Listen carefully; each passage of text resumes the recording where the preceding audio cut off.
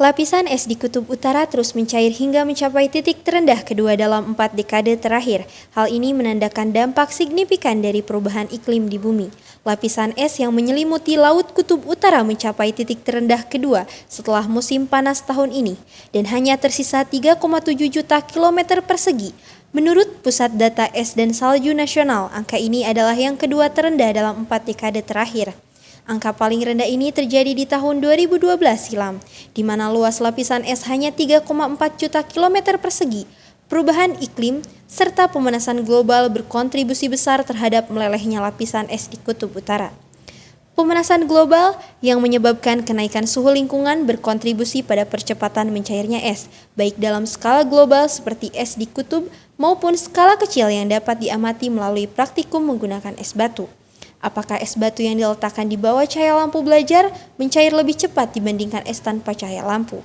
Bagaimana fenomena ini dapat mempresentasikan proses pencairan es di wilayah kutub akibat pemanasan global? Untuk membantu memahami dampak pemanasan global terhadap pencairan es batu di kutub, sekarang kita akan melaksanakan kegiatan praktikum yang bisa dilakukan di rumah dengan menggunakan alat dan bahan sederhana. Akankah botol kaca yang berisi es batu yang ditutup plastik wrap dan diletakkan di bawah lampu belajar lebih cepat mencair dibandingkan botol kaca B yang berisi es batu kemudian ditutup plastik wrap tetapi tidak diberi cahaya lampu? Ataukah sebaliknya? Nanti kita akan membuktikan hipotesis tersebut dengan praktikum. Assalamualaikum warahmatullahi wabarakatuh. Baik, izin perkenalkan diri, kami dari kelompok 1 akan membuat sebuah praktikum terkait dengan pemanasan global. Adapun alat dan bahan yang harus disiapkan yaitu ada corong, 2 buah botol kaca, es batu, gelas ukur, kertas wrap, lampu belajar, gunting. Selamat menyaksikan. Pertama, siapkan gelas kaca. Kemudian, isi menggunakan es batu dengan masing-masing berjumlah sama.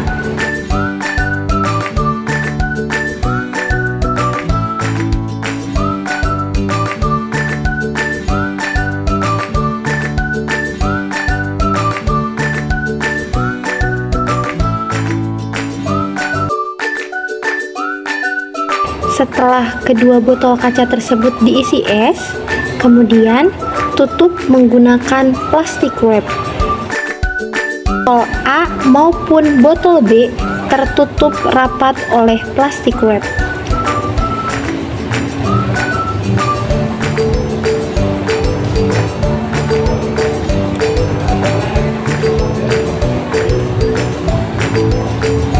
Setelah keduanya tertutup rapat, kemudian simpan botol kaca A tersebut di bawah lampu belajar.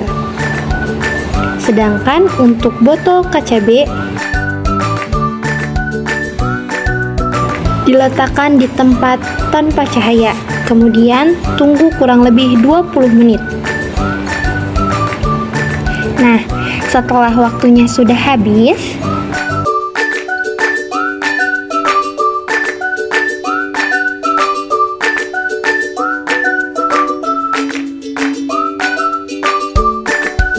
kemudian matikan lampu belajar dan ambil botol A.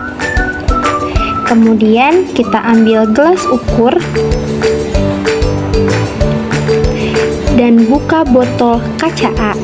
Setelah itu kita letakkan corong di atas gelas ukur, lalu tumpahkan es batu yang telah mencair ke dalam gelas ukur A untuk mengetahui seberapa banyak jumlah es yang mencair.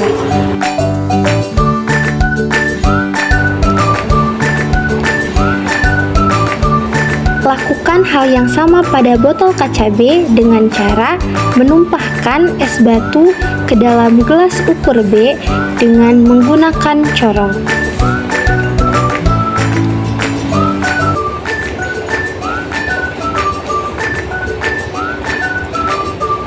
Setelah itu, bandingkan keduanya. Manakah es yang lebih cepat mencair? Apakah botol A yang disimpan di bawah lampu belajar ataukah botol kaca B yang tidak disimpan di bawah lampu belajar? Untuk hasilnya kita dapat lihat seperti ini. Sehingga bisa kita simpulkan dari kedua percobaan tersebut antara botol kaca A dan botol kaca B, ternyata botol kaca A yang disimpan di bawah cahaya lampu belajar mencair lebih cepat dibandingkan botol kaca B tanpa cahaya. Hal ini dapat dibuktikan dari gelas ukur A dengan banyaknya es yang mencair yaitu sebanyak 35 mili, sedangkan untuk yang botol kaca B itu 29 mili. Sehingga untuk botol kaca A yang diletakkan di bawah cahaya lampu belajar diibaratkan seperti bumi yang mulai panas atau terjadi pemanasan global. Es yang berada di kutub lebih cepat mencair dan yang menyebabkan air laut naik dan cepat. Sedangkan untuk botol kaca B diibaratkan seperti bumi yang belum terjadi pemanasan global. Es yang berada di kutub tidak cepat mencair sehingga kenaikan air laut berjalan dengan lambat.